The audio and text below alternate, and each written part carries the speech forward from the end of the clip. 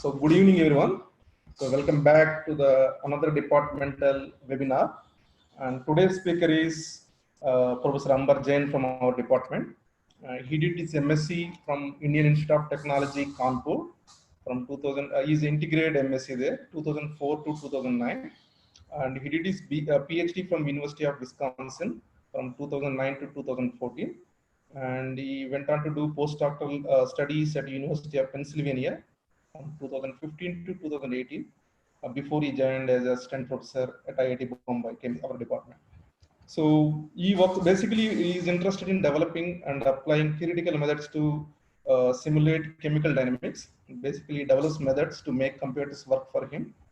And today he is going to talk about quantum dynamics, the dance of atoms and molecules. Professor Jain. Thank you, Leela. Thank you for the invitation, as well as thank you for sustaining this webinar series. It has been very, very informational so far.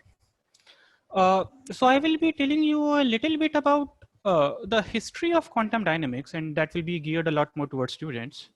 And I will end up today with a little bit of what we have been doing in our lab. Well, what is, how does this work? Because it's not allowing me to change. Oh, it did. Okay, it started working. All right. Well, what is really the world of kinetics and simulations? We are trying to really simulate the entire universe atom by atom. That's our humble goal. It's not so easy. So we start looking at smaller systems, and we want to look at a chemical reaction and look at what is happening at the most fundamental level, at what's happening at the level of nuclei and electrons. And a lot of time it is essentially like stitching picture frames together and creating a movie out. And once you have the movie, you have a sense of what the mechanism was. So let's start with how we have come about to this theory of chemical kinetics. So this is a little quiz for the students. Can anybody identify who this gentleman is? He's not from this century, as you might have already noted from his clothing. I don't think I can see the chat at all. Let's see, can I have people in the chat write who they think this gentleman is? A very famous personality. Let's see. Okay, here I can see the chat. Someone wrote Van Hoff. Yeah. So this person is Van Hoff. He is considered to be the father of physical chemistry often. He got the first Nobel Prize in chemistry, 1901. And he basically laid the foundations of two main fields, chemical thermodynamics, as well as chemical kinetics. So, well, I guess depending on your perspective, you may like him or not like him. So all the courses you are doing in physical chemistry are owed to him. One particular work, let me just show you. This is a very influential work. He wrote in basically late 1800s to early 1900s, a collection of works. And he essentially was trying to figure out how does chemical change and happens and what's the reaction rate for it. You can find it here. It's actually not under any copyright anymore. It's old enough that it's outside, it's in archive. And so this is one gentleman who has built upon the idea of how to calculate rates to even start out with, that we can actually use maths to calculate rates. The next person I want to show is this. So can anybody tell me who is this gentleman in the same era? Let's see, let's go to the chat. Let's see if anybody can figure out who this gentleman is. Yeah, so he is Arrhenius.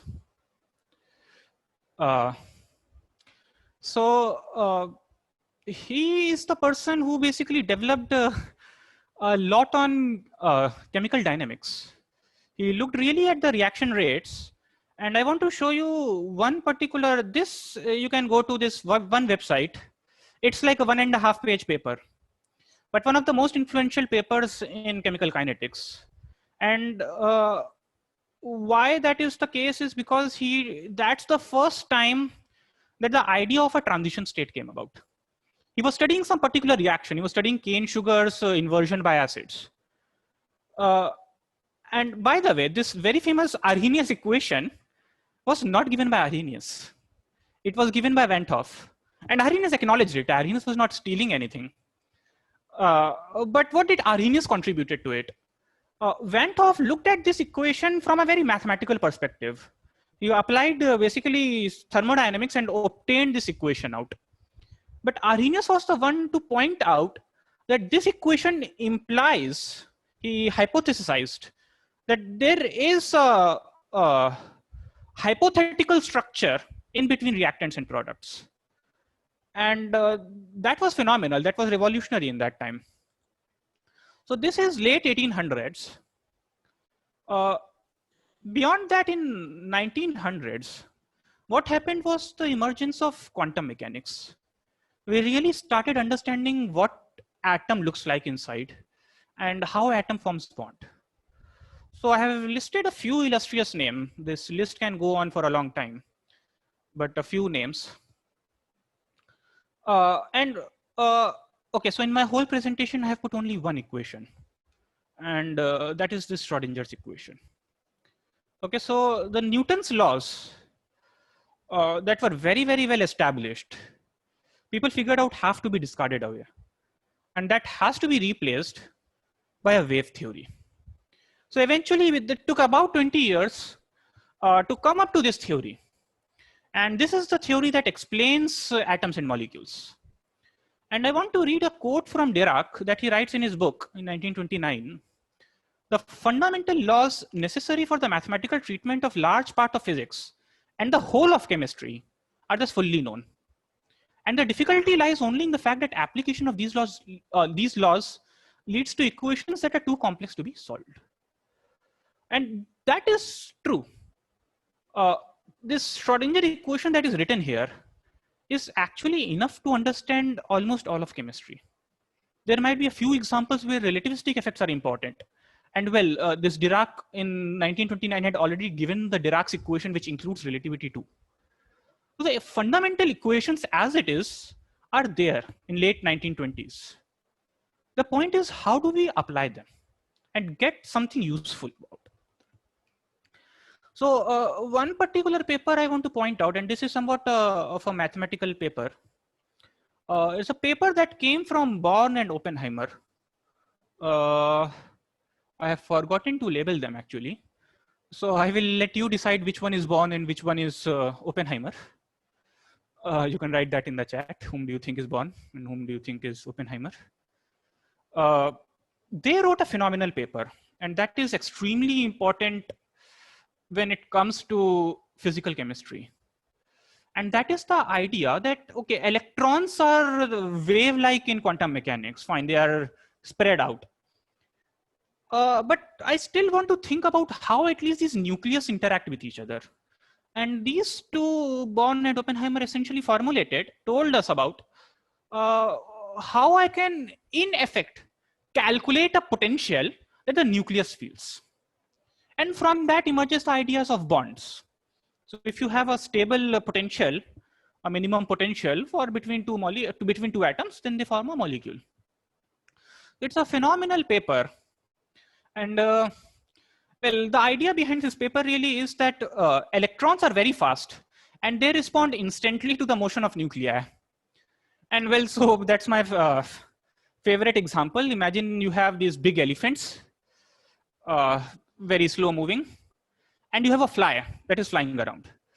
And so the fly, as the elephants are moving around very slowly, this fly can instantly adjust to the motion of these elephants.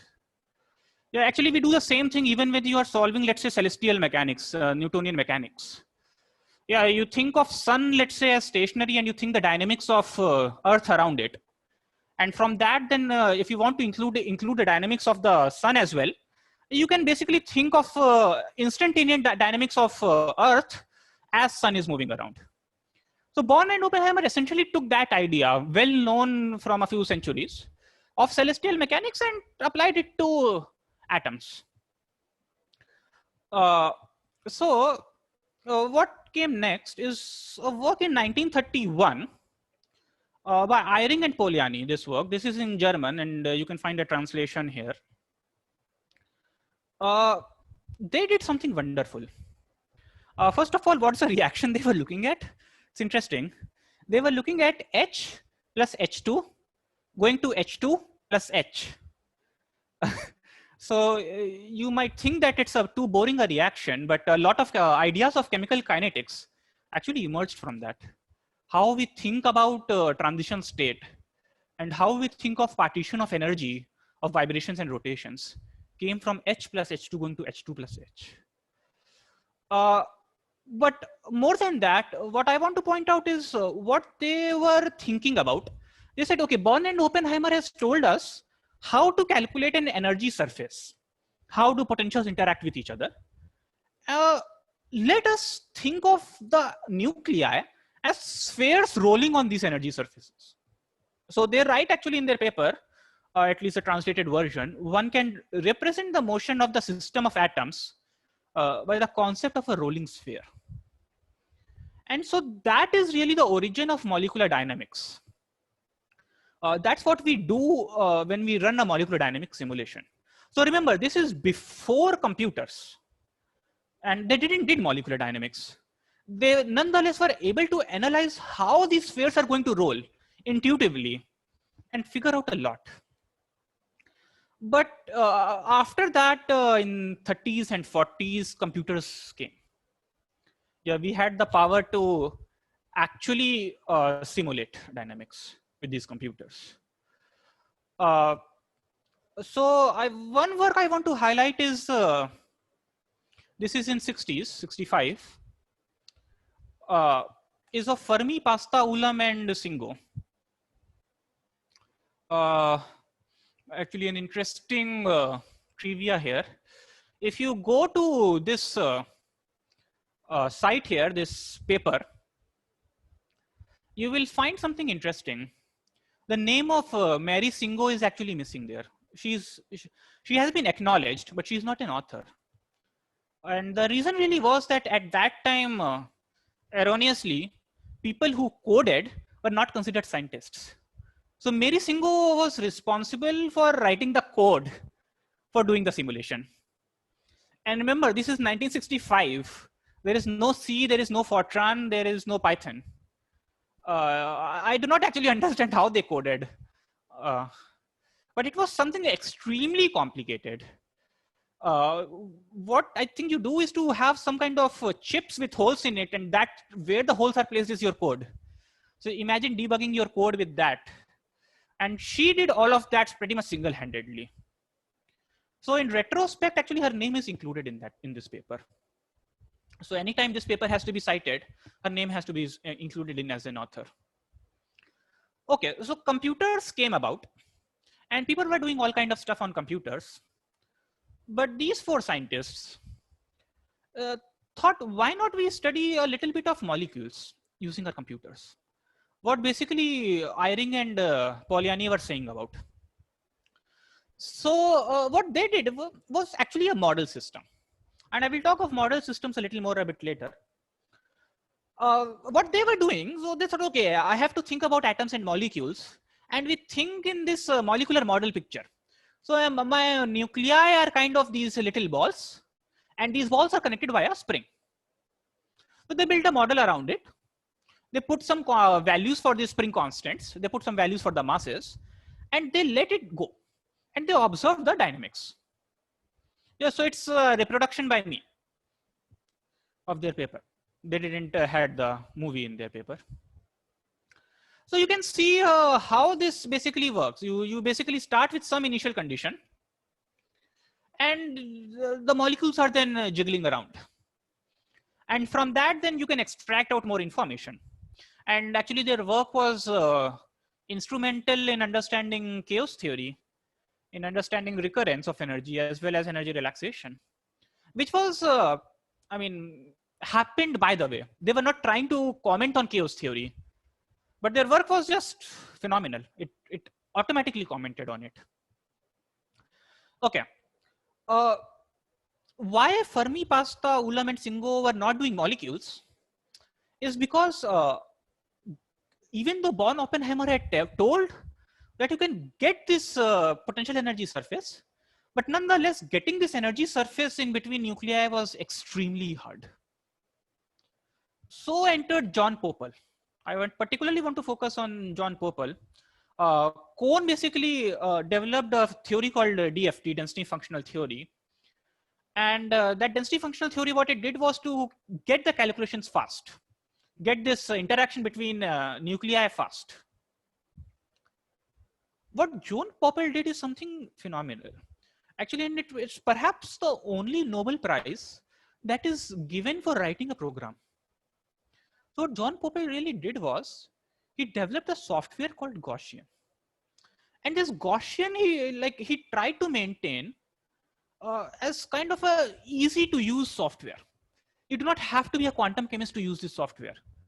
So you basically give it the nuclei that are there. You provide the configuration of how the nuclei are placed.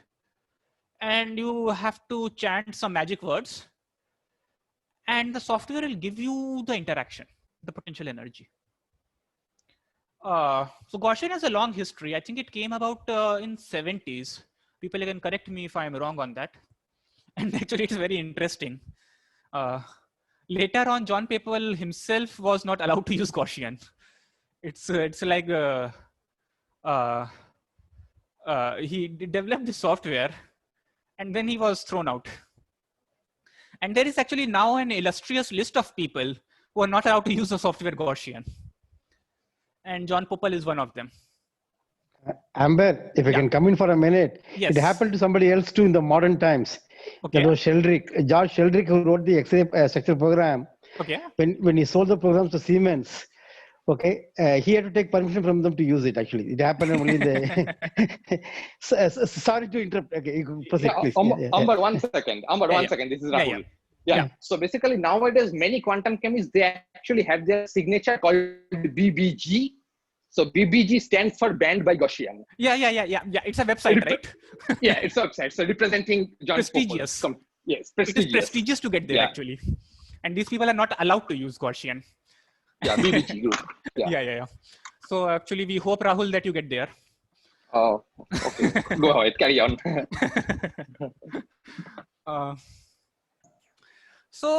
But his work is phenomenal. Now we are at a point that we can calculate these energy surfaces. We can get these interactions in an easy manner, in a calculatable manner. Kohn made the calculation faster, and Pople is the one who coded it in so that anybody can calculate it. So with that, what you can do is to actually run molecular dynamics that Eyring and Poliani talked about in 1931.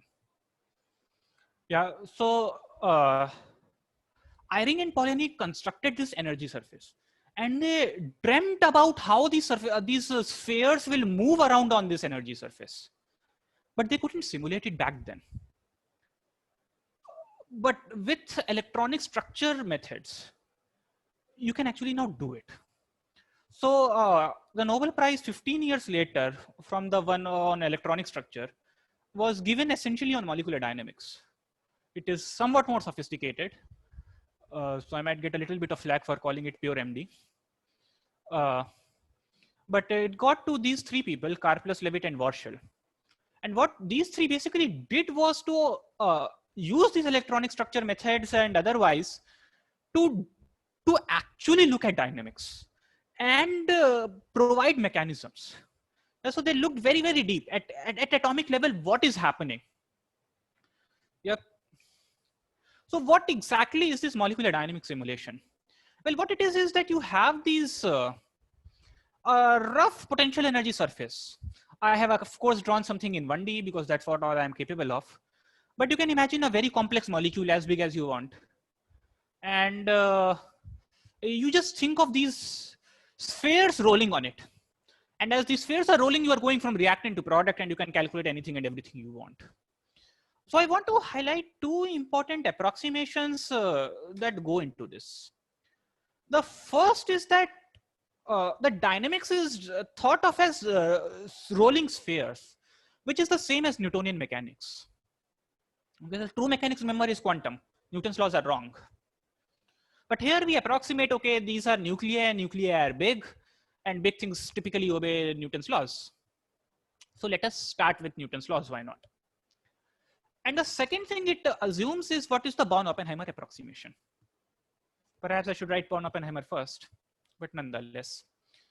And what I mean by Born-Oppenheimer approximation is that it assumes that the electrons are responding instantly to the nuclei. Okay, but are these two approximations really correct? Here I have done illustration. We assume protons are moving much slower than the electron.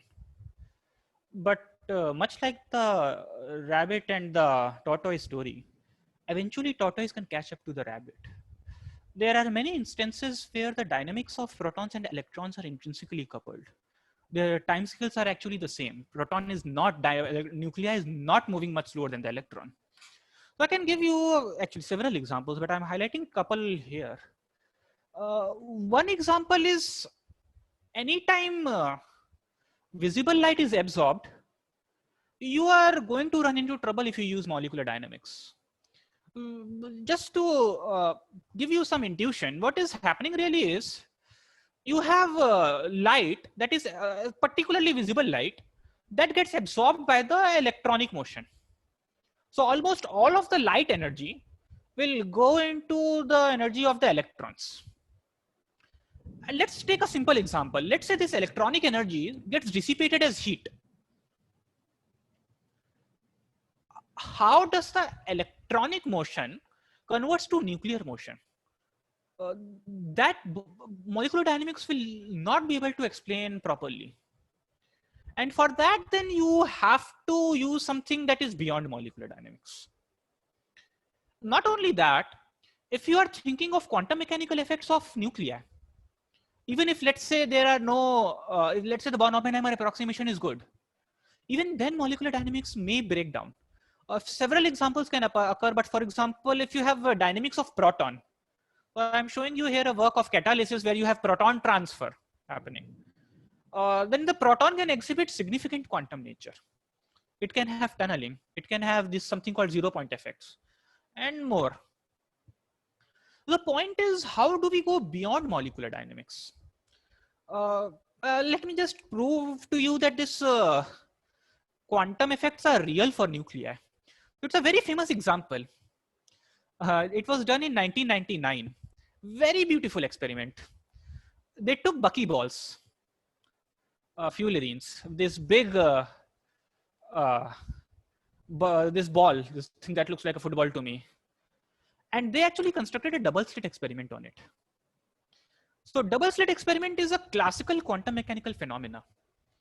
What you can what it happens in this double slit experiment is that this can really exhibit wave-like nature of matter. So if you shine, let's say, photons, and photons are often thought of as waves, that's not exactly true, but people often think of it that way. Then basically the idea is that the wave is passing through both of these two slits simultaneously.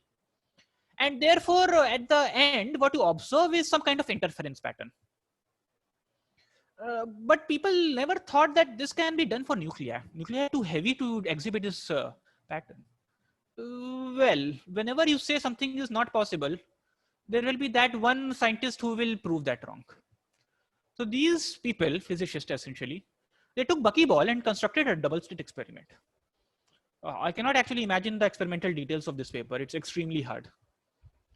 But they actually observe interference pattern. You can see these peaks, then a top big peak here, and then another peak here. So these interference patterns is real. Okay. I can give you a little bit more modern example, and that is of CH5 plus methanium ion. So CH4 you all very well understand. You add a proton to it and the whole thing goes haywire. It has more than 100 stable structures. So the whole idea of how we think of chemistry in general, of how do we push arrows on bonds, you cannot do that here anymore because it doesn't have one structure. You cannot draw one concrete structure for the molecule. And I mean, this is still debatable. And one picture that is given is that the protons are basically roaming around. They think of this carbon in the center and these protons surrounding it moving around. And if that picture is correct, really thinking of Born-Oppenheimer approximation might be dangerous. Because here protons are moving slower. And so their quantum effects are important. So then the next question that is very natural is, well, why are we simulating Newton's laws at all?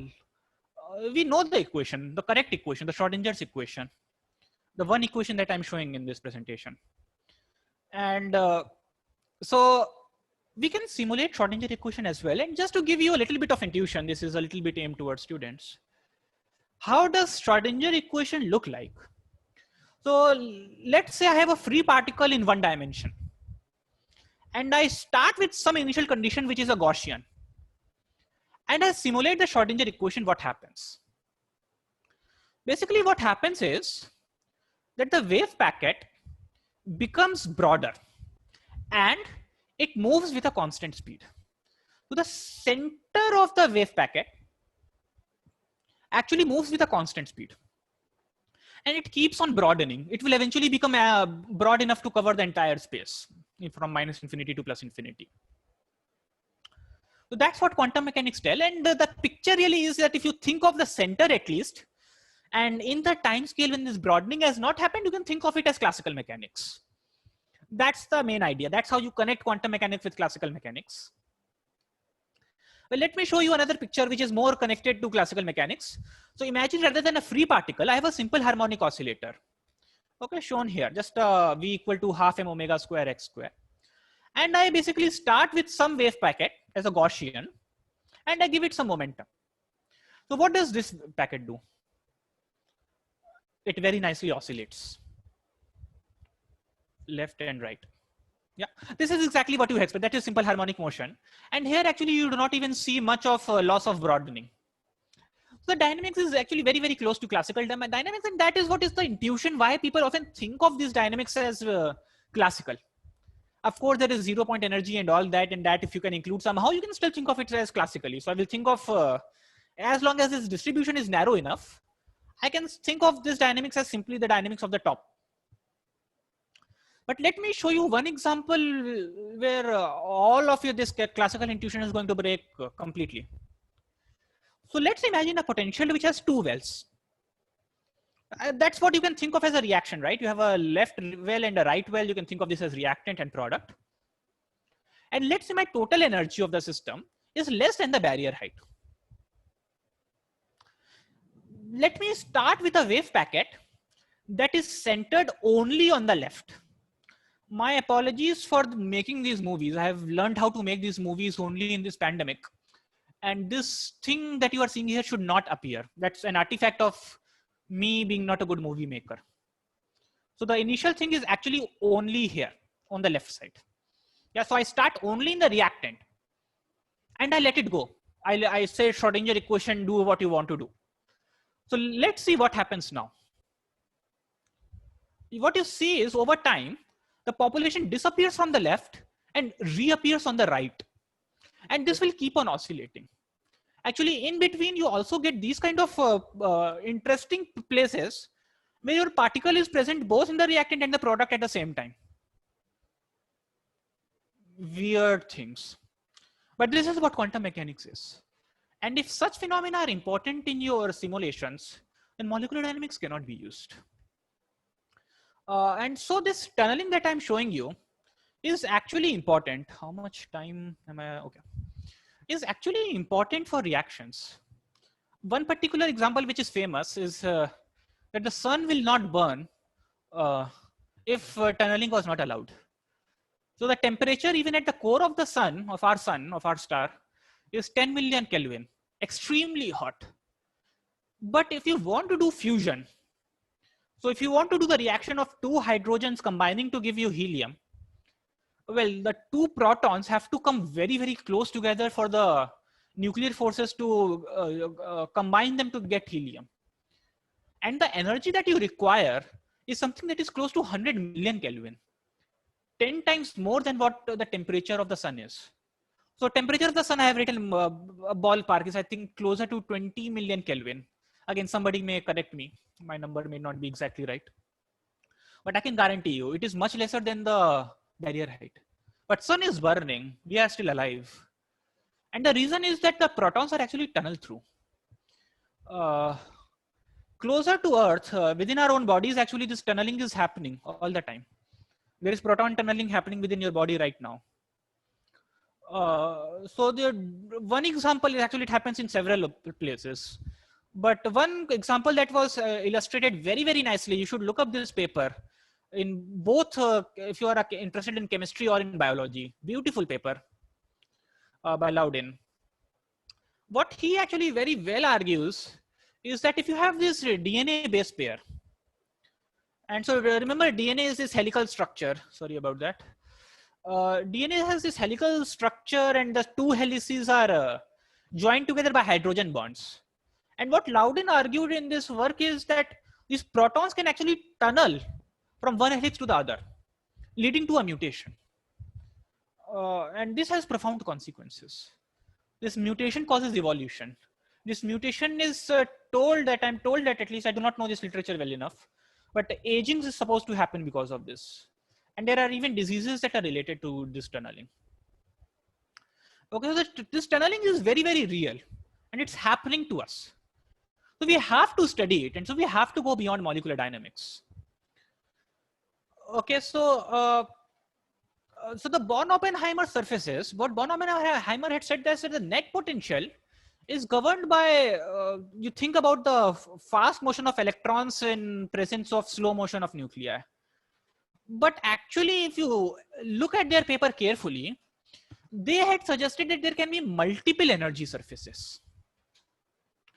And so, if I think of, let's say I'm giving one concrete example, let's say I have sodium chloride, and sodium chloride is, let's say, one molecule dissociating.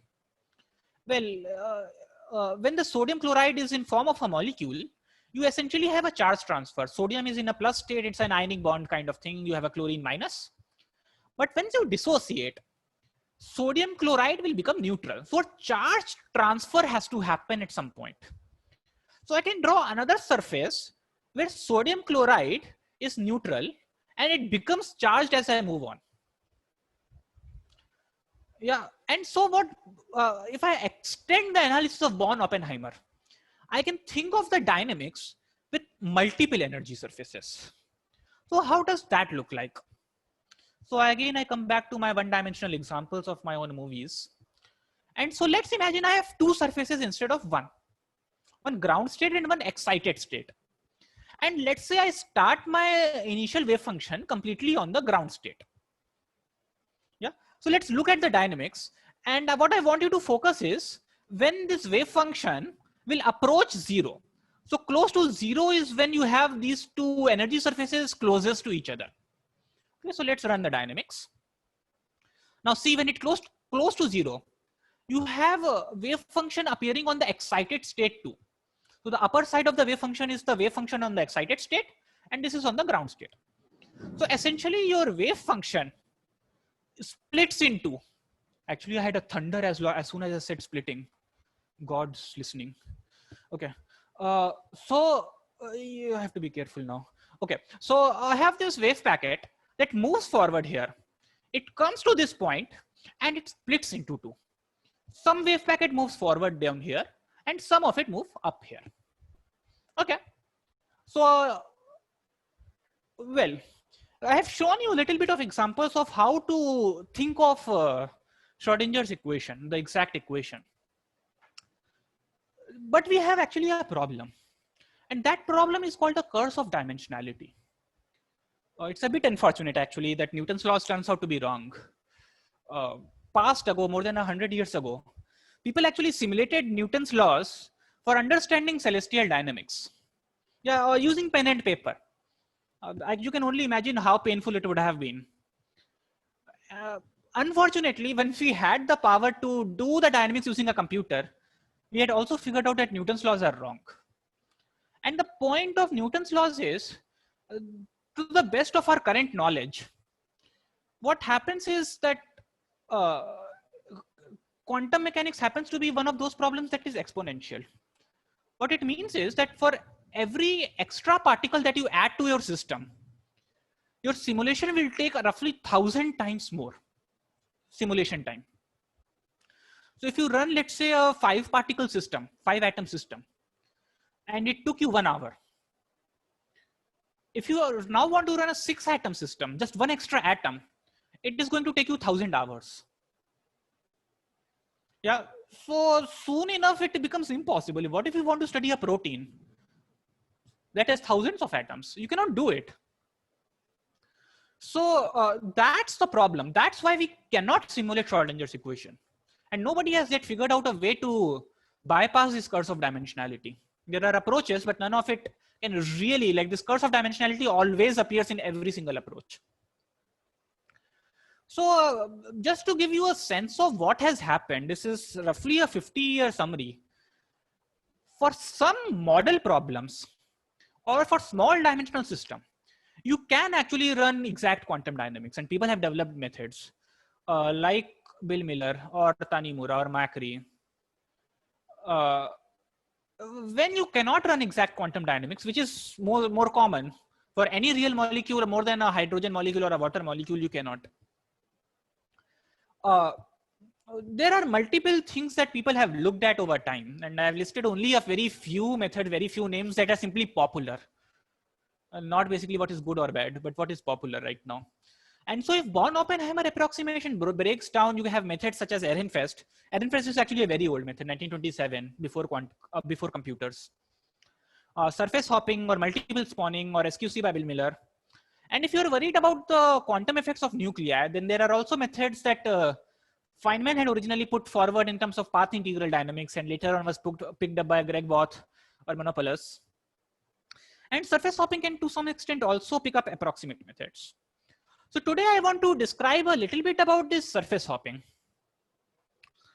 So what surface hopping does is, so remember our dynamics of this wave packet splitting?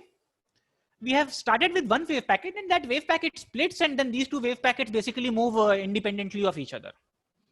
What John Telly said, starting in 1970s and finally a phenomenal paper in 1990, that think of this wave packet as being described by a lot of trajectories. Let me run that again. And these trajectories essentially can hop up and down. So some trajectories, it is probabilistic, this motion.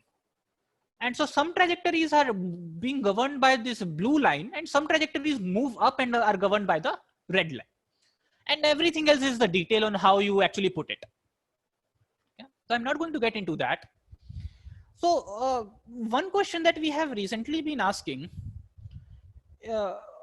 this surface hopping has traditionally been usually applied to the problem of when Born-Oppenheimer approximation breaks down, but not typically quantum nuclear effects.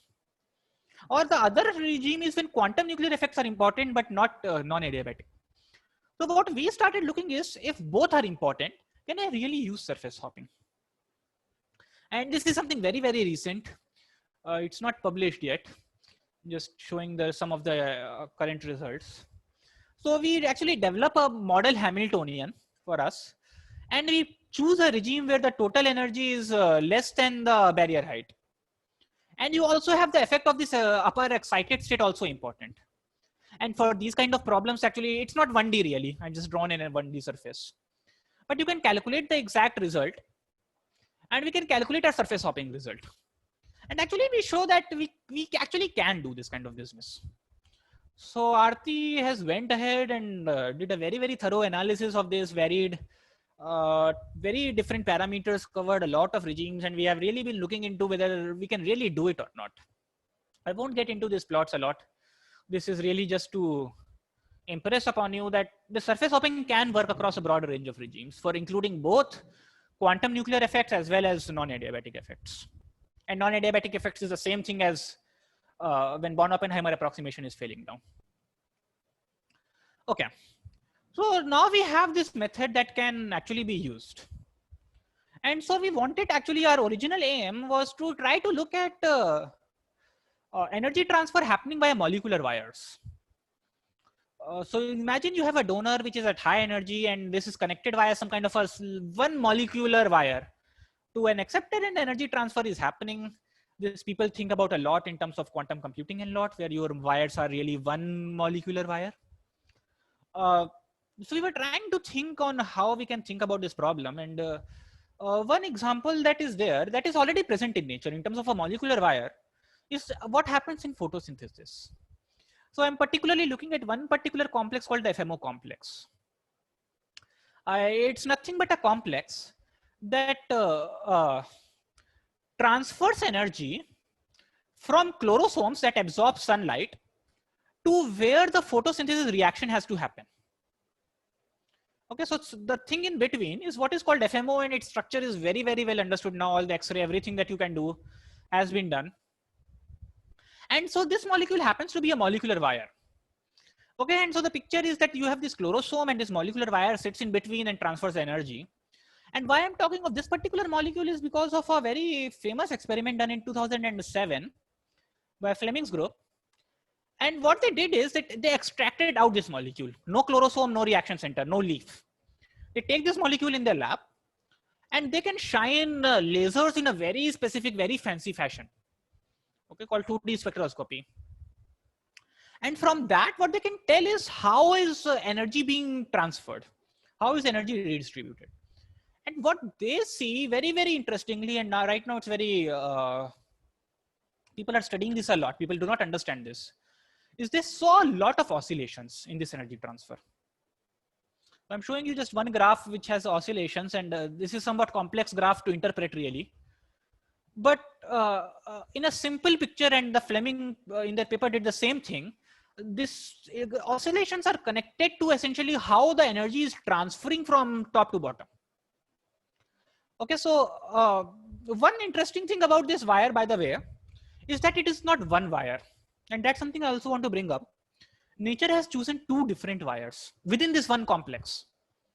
Your energy can start from here and go via this route of molecule 1, molecule 2, molecule 3. Or it can start from this 6 and can transfer down this path to the reaction center. That's just the way nature is. Again, not understood. Why? Okay. So we want to study this system, and people have been studying this system for a long time. And what we are going to do is model the system. Look, we do actually this complex, this FMO complex, is too big for us to really study. And so what we do is to develop a simplest possible model that has the essence of this FMO complex. So I want to bring about a famous joke in theoretical physics community called the spherical cow joke. So I've written the quote from Wikipedia. So this is a joke. This is not real, obviously. Don't take it too seriously. There was a milk production factory where they started having problem. My bad. And milk production went down. So they foolishly decided to contact theoretical physicists who took up the project. And they decided to do a lot of theory and work. And after weeks of calculation, they came back and they said, I have the solution, but it works only in the case of spherical cows in a vacuum. So that's actually the limitation when you think of models. But nonetheless, these models can be a good starting point. Once I can build the model of a spherical cow, I can perhaps attach a few legs to it and attach a tail and attach a few horns. And then maybe I can think of not spherical and maybe give it a shape. And then perhaps I can think of the real cow. So what we do is not really we, but the model has been developed for this problem is that each of these sites you think of as one point. This is not this complex structure. It's a two-level problem. Either it has energy or it doesn't have energy. So we have these 6 molecules, and for all these 6 molecules, we develop this kind of a 7-site model. Sorry, there are 7 of them. Okay, and once I have this model, I can actually do some kind of quantum dynamics. I again have these 2 paths, one going to 2 to 3 and another from 6 to 3. Okay. Actually, within the ambit of this model, I can exactly solve the Schrodinger equation. And when I do that, I actually see these oscillations in population. So that was actually done in 2009 by the same group of people who did the experiment as well. Experiment in 2007, this work is in 2009. This was very exciting, but there were still a lot of open questions that are still open. What is the underlying mechanism of this oscillation? And one theory that is debated upon in the literature is this oscillation somehow related to wave-like nature of vibrations and not wave-like nature of electrons. So we wanted to look into that. And as it turns out, surface hopping can comment on it. So again, this is preliminary work. We have so far, to at least start out with, been looking at only one route, 1 going to 3. And in that one route, we also solved the exact dynamics. So this black line is the exact dynamics. And the advantage of using an approximate method like surface hopping is that I can make it as approximate as I want. So I can add these nuclear wave-like nature, the nuclear coherences, or I can add them or remove them. And so what you can immediately note is that the results are a lot better if I have these nuclear coherences. So at least based on these preliminary results, it does look like these nuclear coherences do play a role. Yeah. Another actually very interesting thing that we have been looking at, that even without nuclear coherences, you do get oscillation. So these oscillation in population might have nothing to do with vibrational wave-like nature. That might be to do with something else. But the rate, how fast or slow it will be, might be to do with nuclear wave-like nature. Okay, so I will leave it with that. I will not get into too much technical details of that. And one thing that I want to show also is something that we are somewhat excited about. And the original question I started this with, how do I think of these molecular wires connecting a donor and acceptor? And so one striking question, and it seems to have been ignored in literature more or less, is why do molecular wires present in nature almost always come in having 2 wires? In FMO it is 2, and in other molecular wires, in other examples as well, you can find 2 wires. What is going on with that? And so Siddharth here, I've forgotten to put his name. He is also working with me and trying to think of these problems. And let's say if we can comment on it. We do not have results on that yet. So I want to end with that. So I just want to end with a quote from Einstein, that the most incomprehensible thing about the world is that it is comprehensible. And so there is still a lot of things that are incomprehensible at the moment. And we want to make them comprehensible. And the deeper you will look into nature, and more the wonders you are going to find. Thank you very much. So let me. Thanks, Amber. Thank you for the nice talk, and also you try to keep it as simple as possible. Thank you. Yeah, thank you. So if you have any question, please unmute yourself and ask. If you have any problem with the microphone, you can also type in your chat box.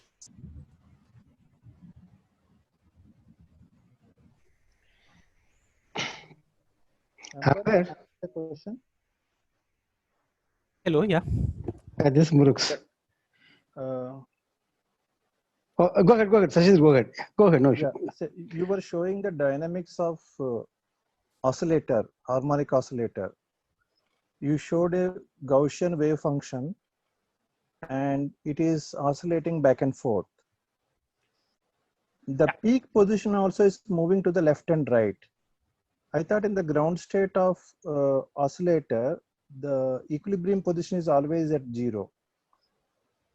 But this is not the eigenfunction. I actually have given it a momentum. So I'm already okay, I have made a mistake, I think here. It should be modulus of psi of x. So I've given it a e to the power of ikx. So I've given it a momentum, and that's why it is moving. So it's not the real ground state. All right. Okay. So long as it is not true ground state, then it is fine. Yeah. Yeah. Okay. Of course, the ground state will not have moved at all. So it would have been very boring. Stationary state. Okay. Yeah. Yeah. Thank you.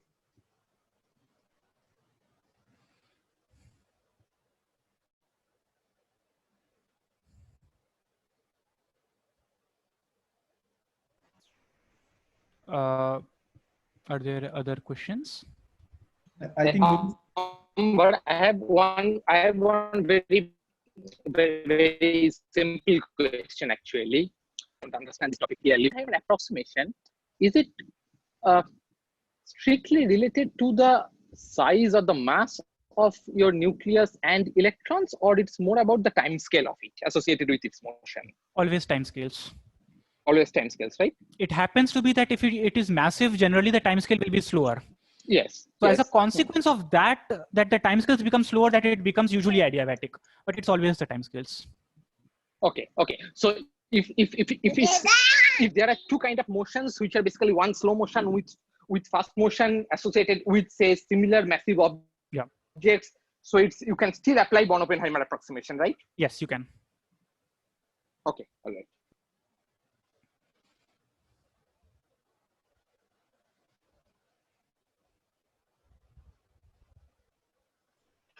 Amber. Yeah. I was curious. You mentioned about using Gaussian when you're talking and the kind of giving the background about getting the surfaces to do your dynamics, right? That now can be done after like almost 90 years. But what is the limitation? I mean, how big a molecule or how complex a molecule uh, can be looked at in terms of generating the surface? Is it has it gone beyond a few atoms, or still limited to maybe a few tens of atoms size molecule? To be honest, I'm not really the right person to answer that. Well, it somewhat depends on how much of accurate a calculation you want. Actually, that was my next question, and that the question was related to that. Is that what is the accuracy that is needed for the dynamics to get accurate information on the dynamics? What is the accuracy of the surface that you would want? So yeah, let's think about it. I mean, first is it depends on how much of error tolerance as a scientist you are okay with. So for example, if I think of, let's say, rate theory, then I know that the barrier height better be as more accurate than KT. If my barrier height is less accurate than what KT is, then it is dangerous because your reaction rate will be quite off. Yeah, so these are the considerations you have to take. And it depends from system to system and person to person. Some people say, okay, I will use DFT and I can get some qualitative result out. So that's not my point. That's really my point. I mean, what I'm trying to say here is that, you choose a surface, and how do you know that that's the right result? I mean, maybe, another surface which have much higher accuracy will actually give you opposite trends or some other things, I mean, is that common, or has people looked into how to deal with it? Sometimes it is, but the point is any good work must always have benchmarked it first. So if somebody, like at least when I read a theoretical paper of a simulation, the first thing, or even a talk, the first thing that I want to know is whether that theoretical electronic structure that is behind it, is there evidence to show that it is reliable? I can actually trust it. And that has to be benchmarked. It is not easy to do. It is time consuming. It takes a lot of effort and energy and time to do that, but it should be done. Okay. For instance, in the case of your FMO complex that you're showing, that's like, you're talking about these different energy levels that are basically, the energy levels are relative to each other, right? I mean, now, maybe since there are 7 of them, right? And you drew that picture, yes, the 2, 7, and 5 are the same energy. I mean, what happens if you change the relative energies of those guys there? I mean, does that affect so Arindam, these are not actually energies. These are just position of where the just I have taken a 1-to-1 corresponding. So this is not, you're not showing in terms of energies. But I can still answer your question because I am putting the energies in my model nonetheless. Yes. But the point is, first let me comment that what I am doing is not really in that sense FMO. I'm choosing one model. In that model, I'm trying to understand what is the effect of coherences and vibrational and electronic coherence and things like that. Right. So my point is that if you change some initial parameters, the relative contributions of vibrational or electronic coherences, how do they change? And is that understood? Great question. No, it is not. And we want to look at that. I see. Okay. Great question. So yeah, that's absolutely true. And for FMO particularly, people have been breaking their backs into getting these parameters right. Okay. I will not be able to really comment because I do not understand what many of these magic words are. But people are still publishing on what are the correct parameters for this FMO complex. Thank you. Thanks so much. A great talk. Thank you.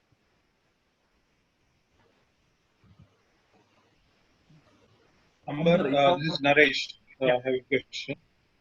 Can you hear me? Yes, I can. Okay, good.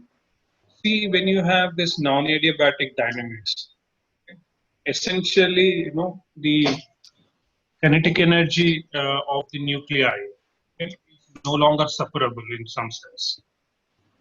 But when you talk about non-adiabatic dynamics and the way you split the problem, and not you, I mean, in the sense that how the theory community does it. Okay, so one can look at either as a kinetic energy coupling term or as a potential energy coupling term, because but in reality, it's much more complex than either of them.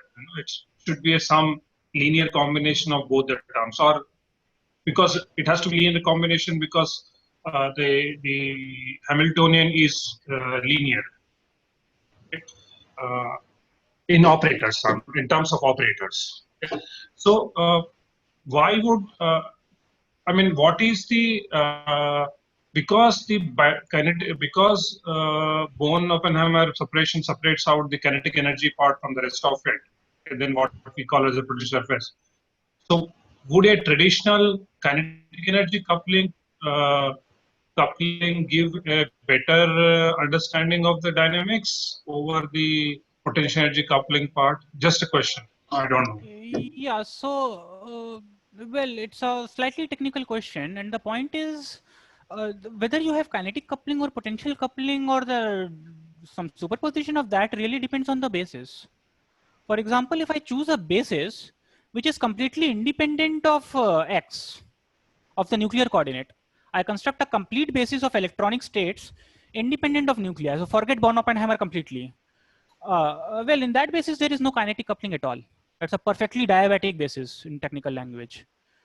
But in this adiabatic basis, the potential coupling disappears and you have completely kinetic coupling. So the question really becomes is which basis is better to do the dynamics? And it's a hard question. I do not have an answer to that. For some problems, at least I belong to the community which I usually think in the terms of kinetic coupling. But I by no means will I ever claim that that's the correct way to think about it for all problems. So it will depend a little bit on the problem to problem and a little bit on the flavor of method that you like to use. At the end of the day, the exact quantum dynamics is exact quantum dynamics. It's independent of the basis. So that I agree. I mean, that has to be independent of basis. That I agree. So once you make approximations, which is the right basis to think in, that's a hard question and it will depend on the problem and the intuition. Thanks. Thank you very much.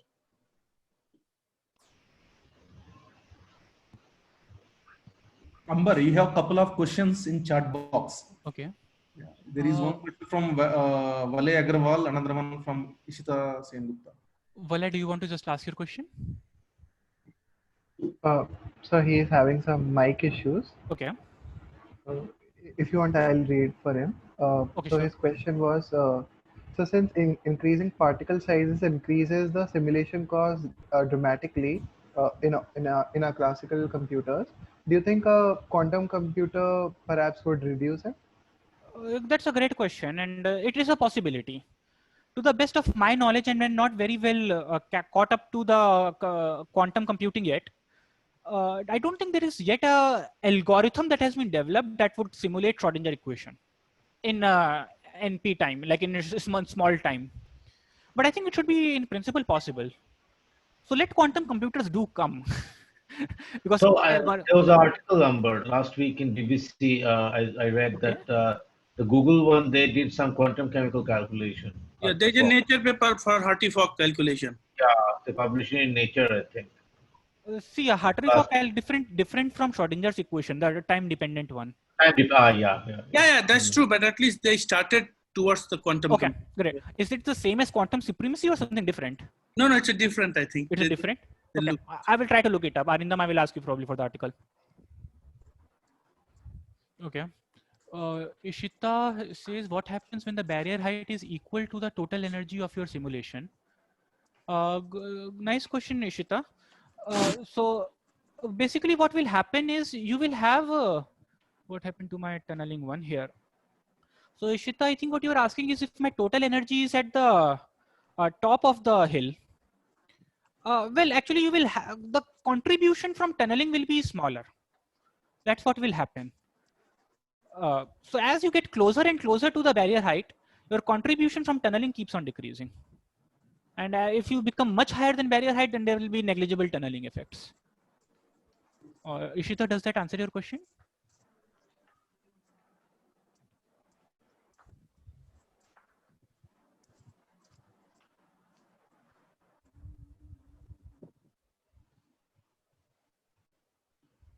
Any more questions?